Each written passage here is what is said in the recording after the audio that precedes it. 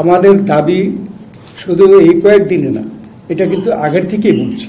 কেননা ডিসেম্বরকে আমরা মনে করছি যে নির্বাচনের জন্য উপযুক্ত সময়, সেজন্য আমরা এটা বলেছি। এখনও আমরা সেই কথার মধ্যে আছি। আর ডিসেম্বর 2025-এর পরে আপনারা সকলে জানেন ফেব্রুয়ারি মাসে রোজা চলে আসছে, তারপরে বর্ষা চলে আসছে, তারপরে মানে পরীক্ষা আছে, এসএসসি, এইচএসসি, বড় বড় পরীক্ষা। এগুলো কিন্তু সময় নির্বাচনের উপযুক্ত সময় না।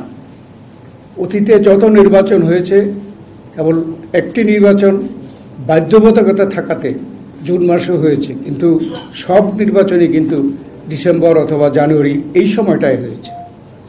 এখনও আমাদের অনেক দফা দাবি, যেটা সরকার করতে চাচ্ছে সেটাই আমরা চাচ্ছি ত্বরান্বিত করার জন্য।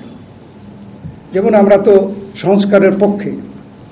এই সরকার আসার আগেই তো বিএনপি 31 দফা সংস্কার প্রস্তাব আপনাদের মাধ্যমে জনগণের সামনে তুলে ধরেছে, এবং এটা আমরা ওয়াদা করেছি যে জনগণ যদি আমাদেরকে ক্ষমতায় বসায় তাহলে আমরা 31 দফা কর্মসূচির ভিত্তিতে সংস্কার করব।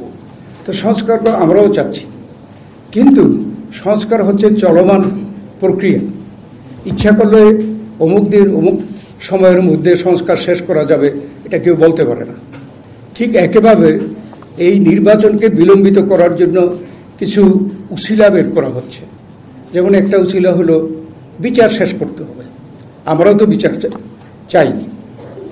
এই আওয়ামী লীগ স্বৈরাচার ফ্যাসিস্ট সরকারের অধীনে তারা আমাদেরকে নিশ্চিহ্ন করে দেওয়ার জন্য কি করে নেই। তারা বিচার বহির্ভূত হত্যাকাণ্ড, তারপরে গুম, খুন, আমাদের দেশনেত্রী বেগম খালেদা জিয়া থেকে শুরু করে আমাদের ভারপ্রাপ্ত চেয়ারম্যান তারেক রহমান থেকে শুরু করে আমাদের কেউ বাকি নাই যারা আমরা মিথ্যা মামলার আসামি ছিলাম, জেল খাটি দেয় বিভিন্ন সময়। এরপরেও কেন প্রশ্ন আসে যে আমরা তাদের বিচার চাইব না? বিএনপি সবচাইতে বেশি তাদের বিচার চায়।